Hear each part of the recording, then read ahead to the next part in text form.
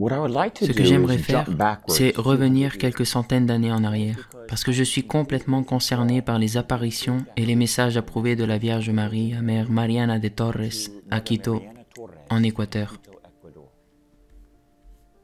C'est incroyable ce message-là. L'évêque régnant de l'ordinaire du lieu cherche à faire reconnaître Mère Mariana, qui est une servante de Dieu, béatifiée et canonisée maintenant. Son corps est complètement préservé, et Mère Mariana et les autres sœurs qui étaient avec elle au couvent à Quito ont reçu ces incroyables visites de la Vierge et des anges, parlant du XXe siècle et du XXIe siècle. Et nous retournons dans les années 1600, et Notre-Dame a dit à Mère Mariana qu'à partir de l'année 1950, que les ténèbres couvriraient la terre. Autour de 1650, environ, approximativement vers 1950, la Vierge demanda à Mère Mariana si elle serait disposée à prier et souffrir pour les gens du XXe siècle et de ces temps. Mère Mariana a dit oui, et elle est morte 3 fois, et est revenue à la vie 2 fois. Pour la 3e fois, maintenant, nous attendons. Une fois, elle était dans le cercueil, les funérailles ont eu lieu, et la messe avait déjà commencé et l'évêque était là.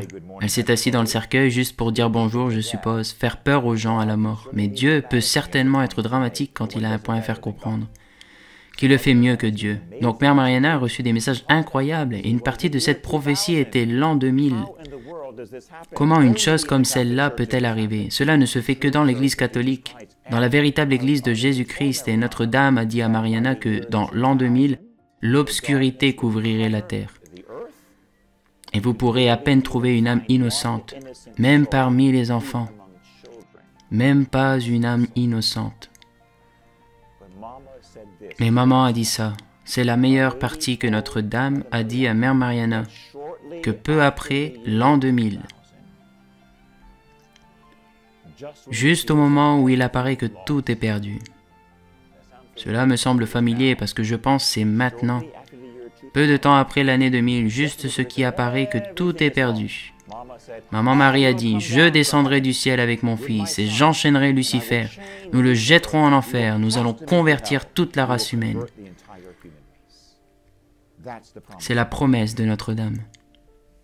Maintenant, je remarque qu'il y a un lieu que la Sainte Mère demande à Mère Mariana et bien sûr les évêques de Quito pour l'honorer avec le titre de Notre-Dame du Bon Succès à la fête de la Présentation, fête de la Lumière, le 2 février. Maintenant, allons quelques 300 ans plus tard. Nous sommes dans le XXe siècle, l'année 1962, et nous avons la voyante Elisabeth Kindelman, qui reçoit ses apparitions et messages approuvés de la flamme d'amour. Et notre Seigneur dit à Élisabeth que ce sera la plus grande effusion de grâce dans l'histoire de l'Église en 2000 ans et inaugurera la plus grande victoire de tous les temps. Puis il lui a dit que le jour de fête de la flamme d'amour sera le 2 février, à la fête de la Présentation.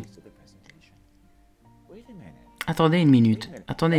C'est lié avec Notre-Dame du Bon Succès, la plus grande prophétie, je pense, dans l'histoire du monde. Mère Mariana est complètement préservée depuis à peu près 400 ans, et il y avait d'autres religieuses, au moins 6 autres religieuses ont reçu les apparitions. Et toutes les 7 ont été préservées. Est-ce que cela s'est déjà produit auparavant dans l'histoire de l'Église catholique? L'ensemble du couvent est préservé, et elles sont couchées côte à côte, chacune dans un cercueil de verre, 7 nonnes préservées, et 7 est le nombre parfait du ciel dans la Sainte Bible. C'est le nombre divin de la perfection.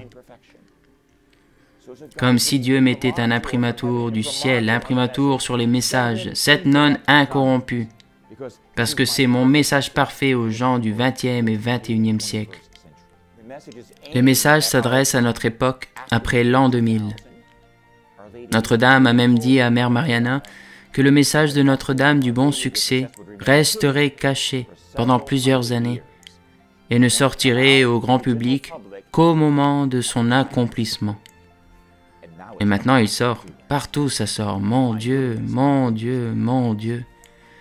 La plus grande victoire dans l'histoire de la civilisation dans ce monde qui est sur le point de venir. Et il tombe le même jour de fête que la flamme d'amour, qui nous a été donnée comme la plus grande effusion de l'Esprit Saint dans l'histoire du monde pour apporter la victoire de Marie. Ils sont reliés. La victoire prophétisée par Notre-Dame, on pourrait dire infailliblement, est la seule apparition qui a été approuvée par tous les évêques régnants depuis le moment de cela jusqu'à ce jour. Plus, même pas un évêque a été dissident. Ils ont tous été d'accord et lui donné leur propre imprimatur. Ce message, ce grand message de la victoire totale de la race humaine est maintenant satisfait ou accompli par, on pourrait dire, une nouvelle apparition du bon succès, la flamme d'amour. Cette flamme d'amour sera le moyen que Notre-Dame utilise pour mettre en œuvre la victoire mondiale qu'elle a prophétisée en Équateur. Et je dirais le fait saillant à ce sujet, la chose catholique à propos de cela. Cela signifie que nous sommes ses instruments. Maman va apporter sa victoire à travers nous, ses fils et filles.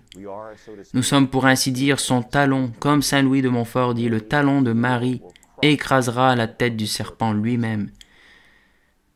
Et j'ai vu le visage du malin face à face. Dans mon travail comme exorciste, je l'ai vu. Il est très laid, mais nous n'avons pas raison d'avoir peur de lui. Il a peur de nous, il a peur de la Vierge. Il sait que la victoire va arriver, et il sait que sa défaite est imminente. C'est pourquoi il est vraiment en train de s'agiter maintenant, comme si qu'elle était déjà vaincue. Nous n'avons pas besoin d'avoir peur. Nous devons vivre dans le cœur de Marie et être consumés par la flamme d'amour. Le Seigneur a dit dans l'Écriture sainte que son amour est un feu dévorant. C'est un feu dévorant. Et Jésus a dit, j'ai un feu à jeter sur la terre. Je suis venu jeter un feu sur la terre. C'est ce feu, cette flamme. Donc la flamme d'amour de Marie, c'est quelque chose que tous les catholiques, et en effet tous les chrétiens, oui, tous les hommes et toutes les femmes de bonne volonté vont commencer à prier la flamme d'amour sur la terre pour apporter la victoire entièrement prophétisée de Notre-Dame.